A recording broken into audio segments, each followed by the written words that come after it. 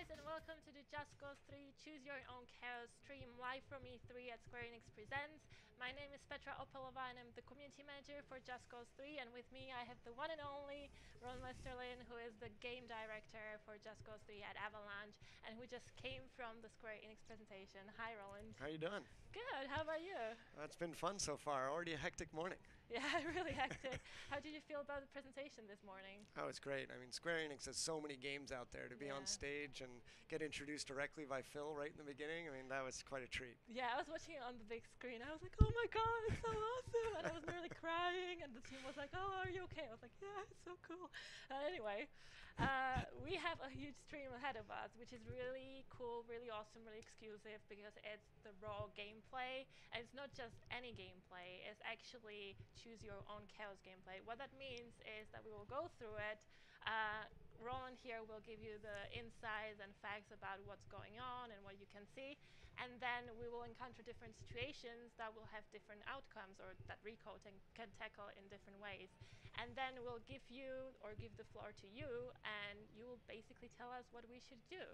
How you can do it is just tweet at JustCause3 on Twitter, saying your preferred choice, and we'll give you about 2-3 minutes. We will chat about whatever will be out there, and then we will just pick the choice that's most popular. If you have any questions outside the stream about Just Cause 3, feel free to use that hashtag as well, because we will have a live Q&A on Thursday. I think it's Thursday morning. I will give you details about that on Twitter as well, where Roland again will answer all your questions. So I think that's about it. Right? It's a good introduction. I covered it, yeah. Yeah. Well done, me. Anyway, I'll try to be a little less weird. We can just try straight into it. So, yep, I'm pressing the button. Is it going? Yes. So here we are. We're going to be looking at a bunch of footage, and the idea of Choose Your Own Chaos is just set up where we're going to show you, we're going to start actually free-falling directly towards the town of Alba. And here again, it's just the idea of that total freedom, total creativity to do whatever you want. And so this is just pure gameplay. We are just playing the game, we recorded it down, and wanted to give you a sense of what it was like to actually play the game, give you a direct view on what's going on. So obviously this is the island of Medici. This place has been oppressed by General Di Ravello for over 20 years, and Rico is finally returning home to his homeland. And you can see everywhere, Just Cause is known for the huge worlds. Everything you see, you can go to it. You can go to the beaches, the mountains, the vineyards, every cliffside that you see. Everything's open right from the beginning. We don't wall you off at all. We also spent a lot of time to tell the story within the world itself. So we wanted you just to feel the experience of walking around in this world. So you'll hear people in the background talking about it. There's military that are chatting with different individuals. There are people standing in line because, well, dictatorships are bureaucracy, I guess. And these are the oppressed towns, and you can kind of choose any way you want to free these towns. Which brings us to the iconic structure of the statue of Di Ravello. And our first choice that we're going to run into is, how do you want to rip down the statue? Yay, so now it's your choice. So basically just start tweeting using the Just Cause 3 hashtag. I'm watching it here. I have too many computers right now, so I will just try to make sure I see everything. And we will give you about 2-3 minutes. In the meantime, let's talk. So, so Roland, is it your first E3? Probably not, right? Not my first, no. I think my first might have been in '96. Oh, wow. Something like that. I think it was the second E3. Wow. And I remember being, I was actually working with Paramount at the time. It was like a summer job. And having that invite to go to the first one, and I'm a huge gamer, so the opportunity to go and walk around with what then were all the huge devs at the time and kind of meet all my heroes in the game development community. And, all these years later, now to kind of be on the other side, being able to talk about making games is a pretty surreal journey. Yeah, it's amazing because it's my first time, I have to admit. I'm E3 virgin. But it's really amazing to see people so enthusiastic about the games and actually talking about it. And because sometimes when I'm with my friends, I feel weird talking about games because they're like, come come on, let's talk about something else. And he was like, oh my god, they understand me. So it's really amazing. Yeah, there was a nice quote that I heard someone saying that it's a little bit of the nerd prom. Yeah, yeah, definitely. Because you got to come here and everyone wants to talk about games, and the games that are getting made now, I mean, the stuff that's been revealed at all the press conference up till now is pretty incredible. I mean, it's just unbelievable games. I don't even know how I'm going to have time to do work and play all these games coming out. Because, you know, it's research. It's part of the job. We gotta play all those games. Yeah, of course. But like this year, I feel, especially for Square Enix and for you guys at Avalanche as well, is so huge. Yeah. So many games. Like, you have Mad Max as well. We have Tomb Raider and everything. It's like bloody hell. Yeah. It's really amazing. It's really fun to walk around. We spent a lot of years, and the team has worked so hard to get here. You know, we are all huge Just Cause fans. Every person on the team played Just Cause 2 endlessly. So for all of us to come together and kind of pour our passion into a project and, you know, try to create the craziest game we could, you know, as much creativity as possible, because that's the whole core of it, right? It's that real creative sandbox. We don't hold the players' hands as much. We want to let them do what they want, you know, choose their own chaos. Even in the videos we're doing, it's like, have a choice. And that kind of philosophy, I think, is finding its way into lots of games. I mean, you could see Hitman's going back to that sandbox route too, and they were looking at that. I mean, Deus Ex, they were showing off some of the things you could do there. All the Square Enix games seem to really have that sort of sandbox feel kind of coming out, and it's exciting. A lot of good games. Yeah, so excited. Okay, let's check what people actually want. Oh yeah, I kind of knew that because it's my favorite choice as well. Is stop hitting yourself. Obviously, obviously. That's it's a team favorite. Yeah, so let's go with that one. So classic, we have new destruction everywhere, and the destruction allows us to do things like with the statue we've never been able to do before. Our partnership with Havoc now allows us to do real fracturing, which means every time you destroy the statue, you can destroy it in different ways. And he's going to use the new grapple tether to be able to grapple it in, and obviously now we have multiple grapple lines, so Rico can put more than one grapple line, and each one adds to the force that it can create.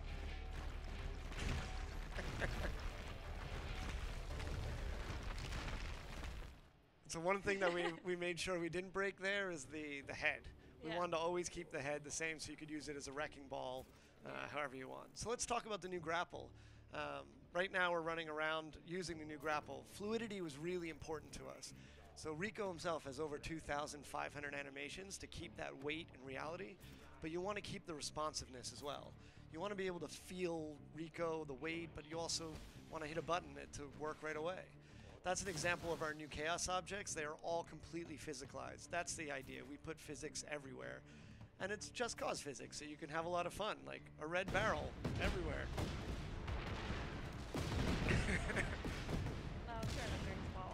Bigger explosions. Yeah.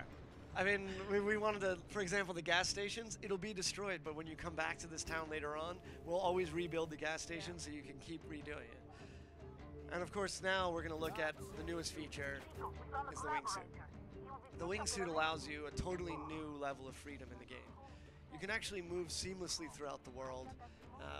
By stabilizing the parachute as a combat platform, we needed a good traversal mechanic, and the wingsuit is perfect. You combine that along with the grapple hook, you can just pull yourself along the world, and it feels just amazing. The guys have been working on this. They spent so much energy on it, and notice you can grapple anything. The top of this car, you can grapple through tunnels. In fact, we even have online setups, like leaderboard setups, so the longer you stay in the air wingsuit, you can compete with your friends. But right now we're going to come up on one of our first bases that we're going to look at, and this is a port base. And of course we did not go small on anything. We wanted all the chaos and destruction to be just an epic, over-the-top action experience. And this is going to bring us to our next choice right here, which is how do we want to destroy this piece of the base? Yeah.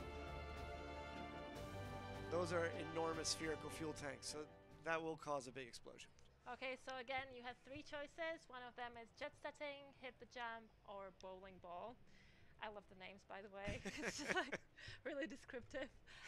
So if you want to, again, influence the choice, just use the JustCause3 hashtag, and we'll give you about 2-3 minutes to decide which choice we will do. So Roland, I've been looking at the questions from the community because we have the live stream coming on Thursday, and they've been asking about your favorite feature in Just Cause 3, which is a hard question, I know. It's tough. It's a tough one. I mean, the new grapple hook's amazing. The grapple hook itself is something really unique in general in the world. Yeah. I know a lot of games are starting to bring it in, but the ability to tether two things together and then have an analog trigger where you actually can control the tension, you add that to having multiple grapple lines in the world, you can create these amazing chains. And that's when the creativity starts coming out. You can really kind of mess around with things. Yeah. The other one that I like is we moved away from having a character just grappled at a single spot, but actually you can grapple any part of them. So they can grapple to their hand or their elbow or their head or their foot. And then you can, when you grapple them to other things like the back of a car, it gets really funny, and the ragdoll is still awesome and kind of over the top. So that's a favorite of mine too. And we've totally overhauled all the vehicles as well. We wanted to create a great racing experience, but with great destruction. So the vehicles break and bend apart and deform and do all that great stuff and have enormous explosions out of them. And you can actually exit a vehicle at any point directly into parachute, which is hilarious because then the vehicle just turns into a bomb. So, that combination of that fluidity, I know I pick like 9 things that were but it's hard to pick. We spend so much time trying to polish all the great things in JC2, plus adding new things. I mean, the wingsuit, it just feels great. I remember the first time some of the guys showed me the prototype that they were working on. One of the designers and a programmer and an animator were working together, and they said, here, just check this out. And you pick it up, and you're like, well, this is going to be so hard. Oh, that's awesome. And it was just that moment where you just realize it's going to work, and it makes you smile, and then it just goes from there. Yeah, when you were talking about the grappling hook, like I was talking to the community, also like to the YouTubers that we are bringing in during the campaign. Like the first one is actually NerdCube, and like it's amazing how much you can do with it. And when he was, for example, playing the game, I was like, yeah, you do this like that, because he knows the game pretty well. So I was like, yeah, he can handle it. But then he did something, I was like, damn, I didn't think about that. It's just like, you spend so much time on the game. The same with JC2. There are people who spend like 900 hours on it, and they're like, yeah, I've played everything. And then somebody pushes out a video of them doing something different. They're like, oh, I haven't done that. Let's try it. So that's amazing, like that actually the replayability of it. Oh, yeah, and it's a game that actually isn't bad to be a spectator. Yeah. You watch someone play this game, it's really fun. Even in our playtest, I loved watching the playtesters. You look at it, like, I didn't even realize that system would do it like that in that way. Yeah. And it's hilarious. It's the sort of thing that makes you smile, and that's what kind of drives us. We all want to have as much fun making the game, and hopefully all the fans and stuff out there see how much fun the game is through it. I'm sure they will. They're clever people, they will. I'll just check the responses then, or the options. Okay. Okay, it's bowling ball. It's bowling ball? All right. Well, we're using the dual tether here. Yeah. So this is going to show off some of the ability of the dual tether and the retract function to be able to control it. Every one of these parts is actually connected together, so even the bowling ball, those big metal struts, they will actually bend and pull apart, so you'll actually have to put on a certain number of tethers to get it to work. And of course, we need to go away from this explosion because it's so big it could be damaging to your health.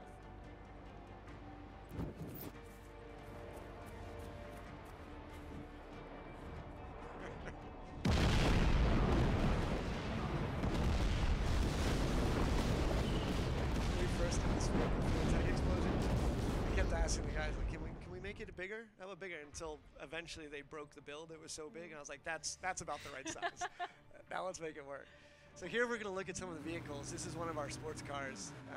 We have over 80 vehicles in the game. Everyone feels different, and we have it's very arcadey, so you can have a full drifting dynamic. When you're driving the vehicle, it's a little stronger than the other vehicles, so you get to smash through it. It's very easy to control. You can after-touch in the drift.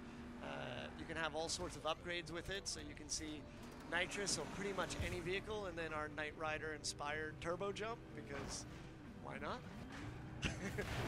We also deal with like destruction even in our vegetation, so you can go cruising through fields of sunflowers, and you can actually draw designs and then you can look up in the air and see your design. I'm sure no one will come up with any designs that will be rude at all. It'll be fine. Oh yeah, the internet. Never. The internet's always been so clean about things like that. But anyways, we're going to come up to our next piece, and we've been showing off a bit of destruction, but in our world itself, we have enormous destruction. So here is a giant bridge.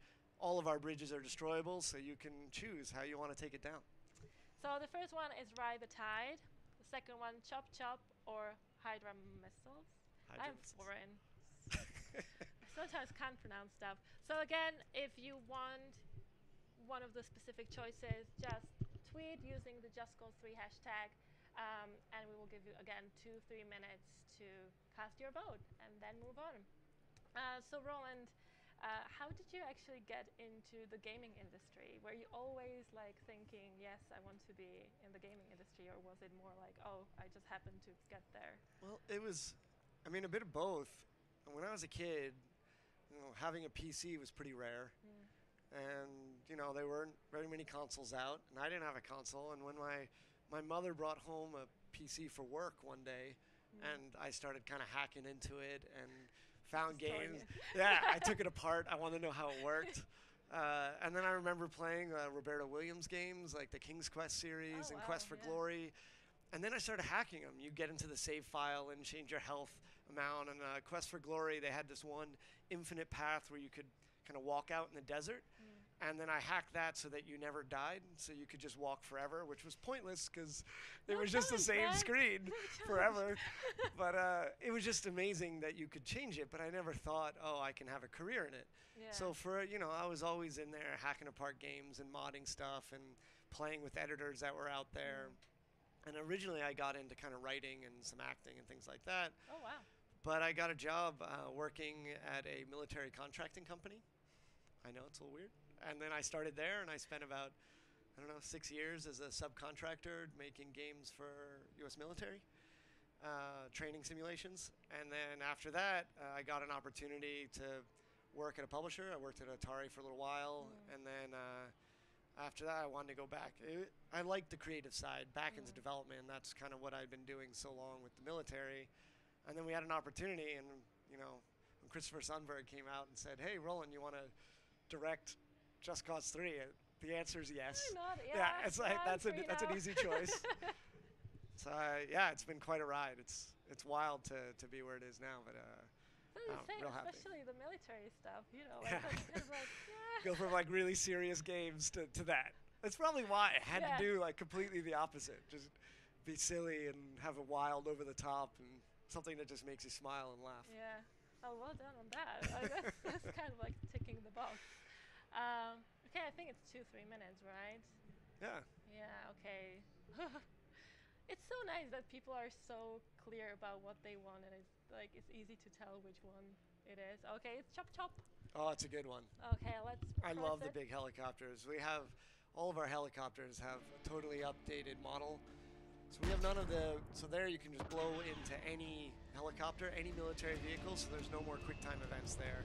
So there's a little bit of a pause from a gameplay perspective, so if you're doing it in the middle of combat, but we made it really seamless.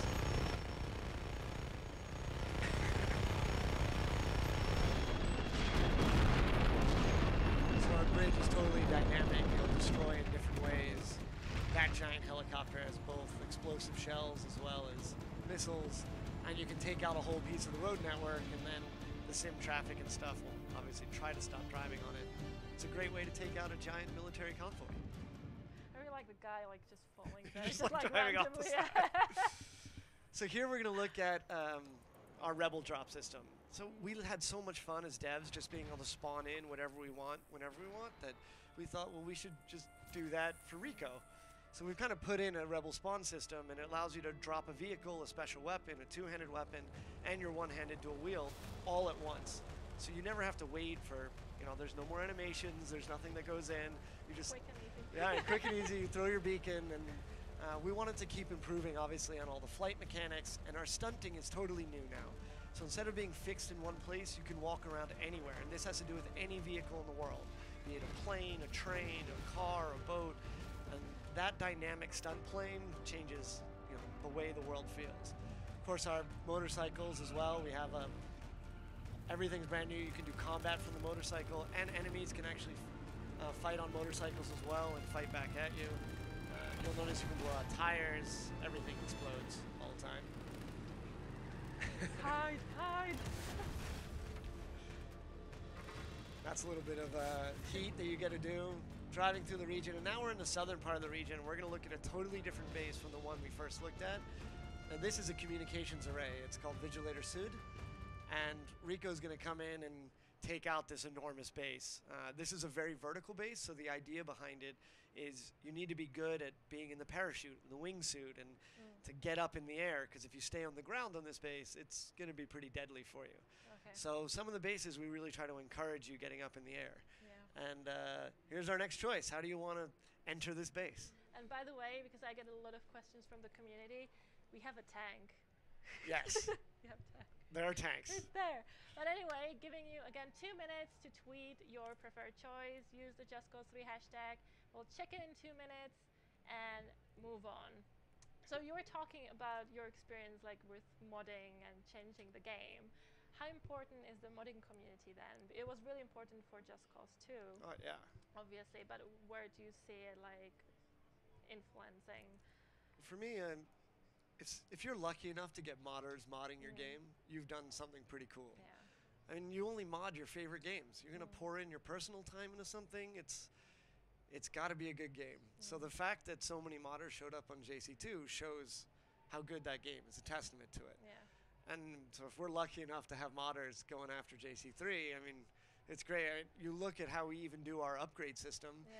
You're not going to upgrade Rico, right? I mean, Rico's already a Awesome. badass. Yeah. I mean, it's Rico. But what we thought was we'll create mods. So you can now play with it and you can turn them on and off. So it's not just, oh, you've unlocked it, now it's always on. You can actually go through and decide, oh, well, I want, glass grenades that blow up right away, or I want it to heat seek a chaos object or an enemy, and then you start mixing and matching each one. Oh, I want every vehicle that I rebel drop, I want nitrous on it. And then you think to yourself, every vehicle, I'm going to go collect a tractor, and now the tractor will have nitrous on it. Yeah. And like slowly that creativity hopefully comes out. And so we were even inspired by what modding is to create a system that is essentially a modding system within the game. And, we can only hope that people keep modding Yeah, JC3. like, especially with the nitros, like as you mentioned, the tractor, because I posted a tweet showing actually the tractor with nitros, and people are like, oh my god, this is awesome. Like, yeah, it is. We have It is competitions to see who can do the longest drift in a field with a tractor. awesome. Oh my god. The game can be a little distracting at work. Because you sit there and you're like, oh, I'm going to test this feature. And then someone's like drifting a tractor. And they just keep doing it. Then you're going to stop and be like, I'm gonna get a longer drift. That's great. And our brag system actually allows you, once you do a drift in a tractor that's a minute long, you can actually go into the leaderboard of that system and challenge your friend directly on doing it with a tractor. So you can say, hey, can you do this but with a tractor? So if you haven't collected a tractor yet, you'd have to go find a tractor in your world. You collect it at one of the towns that you've freed, and then you can do your drift against your friend's score. And that's kind of like part of that competition, the sharing of your insanity with the rest of the world. Yeah, I assume a lot of people won't be with their families on Christmas Day. Just like, I'm drifting. Anyway, let's check out your choices. It's really distracting because some people are tweeting really fun stuff, and I'm just like, I can't repeat it. It's on the channel, but it's fun. Thank you, guys. Okay. Overkill is underrated. Okay, that's 2, right? Heston is 4. I mean, let's have a look at a tank.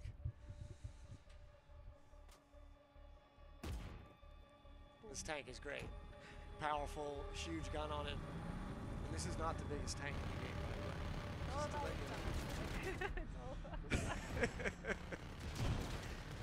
So here we're coming in, and once again, once you start entering one of these bases, there's no mission to start. You don't have to do anything.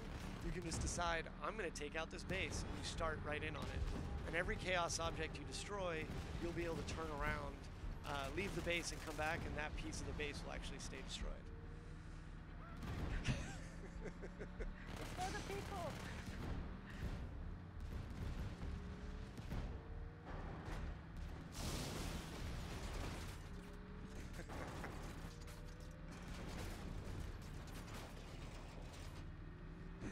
crash through a gate.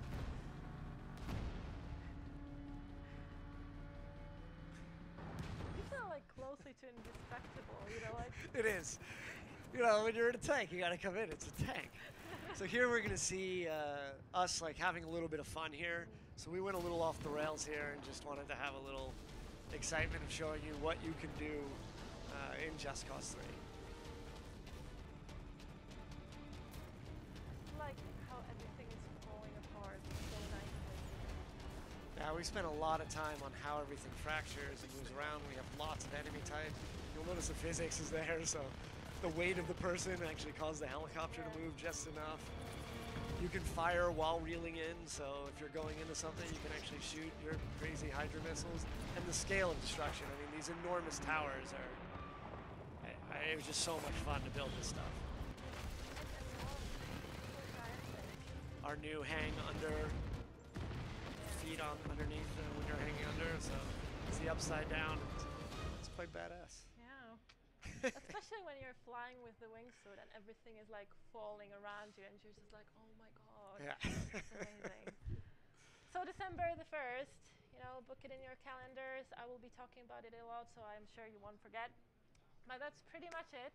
Thank you, Roland, so much. I think we are just on time, kind of. Again, if you have any questions for the Just Cause 3 Q&A for Roland here, feel free to tweet it using the Just Cause 3 hashtag. We will collect them until Thursday. And also, if you haven't seen the This is Just Cause 3 trailer, which Roland this morning introduced at the Square Enix presentation, check out our YouTube channel, which is /JustCauseGame, or our Twitter, which is @JustCause. And yeah, that's pretty much it. Thank you for watching, and hope to see you on Thursday. And have a nice E3 so far. Thanks so much. Thank you, Roland. Thanks, Petra. Thank you. Bye.